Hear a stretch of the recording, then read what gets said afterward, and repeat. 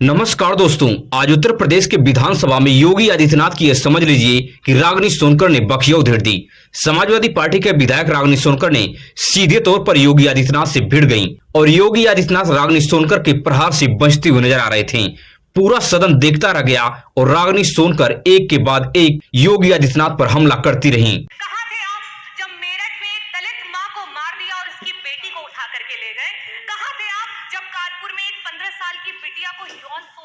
आपको बता दें कि योगी आदित्यनाथ रागिनी सोनकर से आंख नहीं मिला पा रहे थे। मुझको ये बात बिल्कुल नहीं समझा सकते।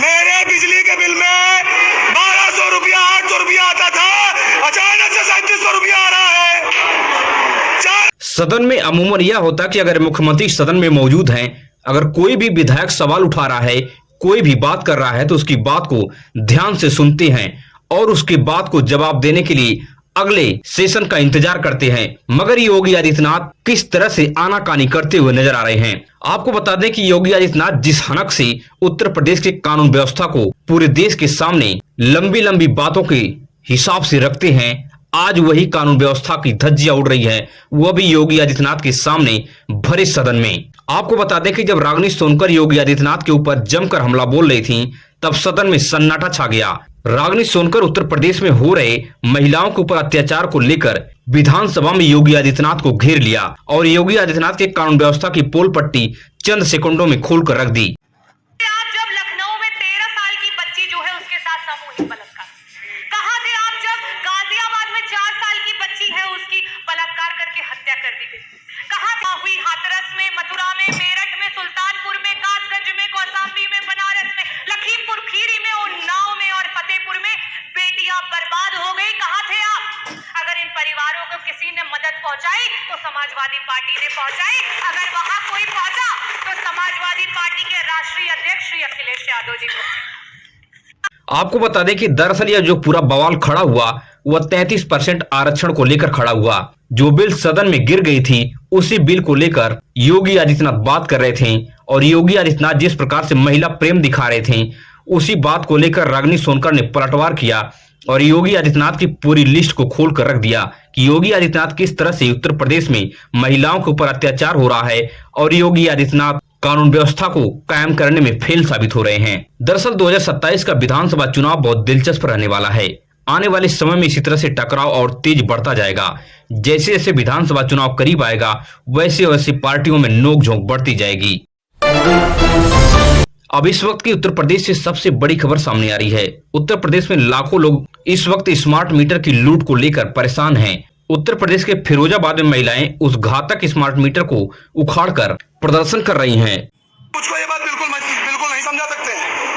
मेरे बिजली के बिल में 1200 रुपया 800 रुपया आता था, अचानक से 3700 रुपया आ रहा है, 4000 आ रहा है। सही बात है। पिछले लोगों के कई बड़े आरोप हैं, बस आप गौर से सुनिए, एक एक आरोप को मैं क्लियर करता जाऊंगा। लोगों का आरोप है कि घर कई दिनों से बंद है, उस घर में कोई नहीं है, फिर भी मीटर जो है रीडिंग उठा रहा है और हर वक्त पैसा बढ़ता जा रहा है। लाइट जल रहा है, देखो 000 है ना, सब 0 है। हाँ, एक चीज लिखो, इतने हरामी है बिजली विभाग वाले, इससे ज्यादा हरामी है। घर बंद पड़ा है और हर दिन 5 रुपया कुछ पैसा बिलावत हर दिन, और घर बंद पड़ा है। ऐसा है कि एक बल्ब जो है एनसीबी गिरा के देगा।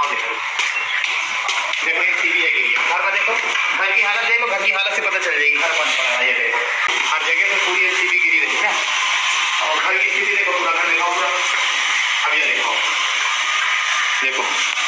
28 तारीख का 5 रुपया, 27 तारीख का 5 रुपया, 26 तारीख का 5 रुपया, 25 का 5 रुपया, 24 तारीख का 12 रुपया और 23 तारीख का 9 रुपया और 22 का 14 रुपया।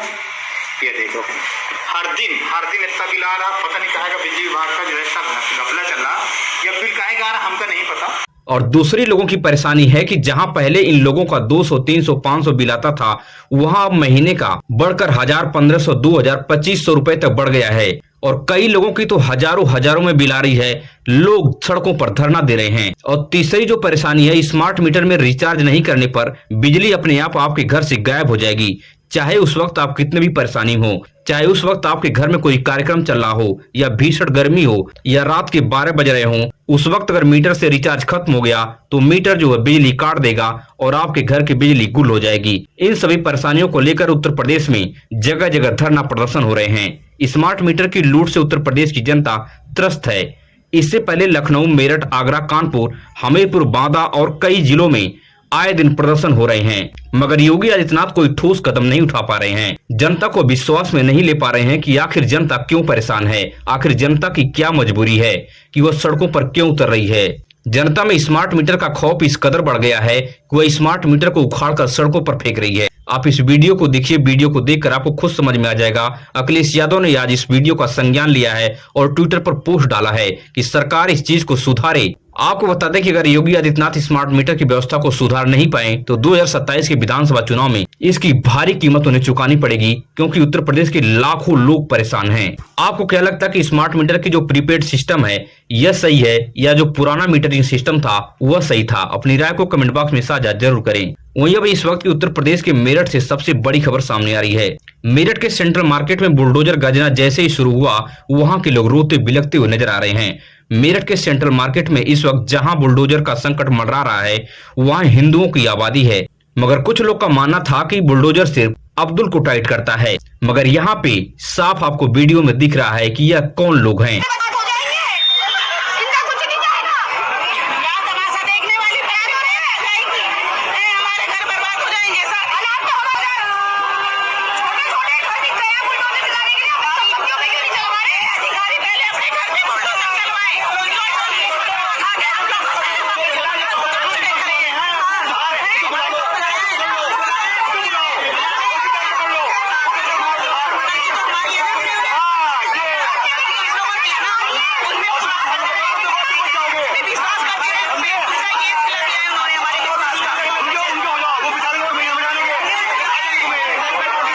मगर सालों से रह रहे लोगों के घरों और दुकानों को अवैध घोषित कर दिया गया है और वहां पे बुलडोजर का खतरा मंडरा रहा है। अभी कुछ दिन पहले यहाँ के लोग धारावाहिक के राम अरुण गोविल से मिले और उनके सामने भजन कीर्तन करते हुए नजर आ रहे थे।